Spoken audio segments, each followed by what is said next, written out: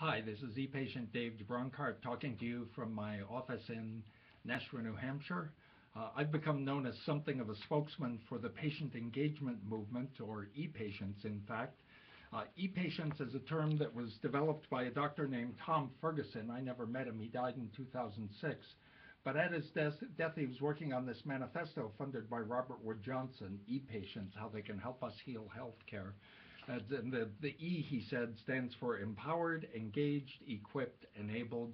Of course, it's some measure of electronic being online. And the movement has become known for patients wanting to be involved with their medical record. There's a lot of work now in federal mandates, federal reimbursement rules, and so on, having to do with patient engagement, which is why the materials in this course are going to be important. I want to make clear that this is not something that just came up out of the blue. In addition to Ferguson's work going all the way back into the 1990s, where he was the editor of Medical Self-Care magazine, the Health Leaders magazine in 2009 had a cover story, The Patient of the Future. There's the patient being involved with a computer even while they're in the hospital. A couple of years later, they had another cover story on engaging the patient.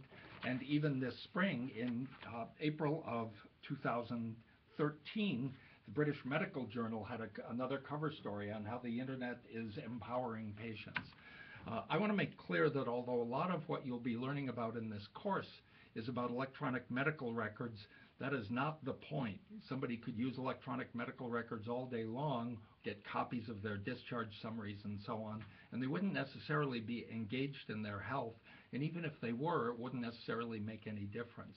An engaged person is somebody who interacts, asks questions, wants to understand what's happening, and wants to play their own active role in their care or their family's care. A disengaged person is somebody who treats medicine like a car wash.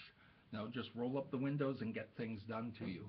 An empowered person in medicine, as in any other area of life, is somebody who knows what they want, they're thinking, and they speak up and ask for what they want. Where a disempowered person, you can always tell them, whether it's a patient or somebody in your own practice, because they say, well, there's nothing I can do about it. So the new era of e-patients is patients who are empowered and engaged and will be active partners with you, the clinicians, in the conduct of their care. It's what we call participatory medicine.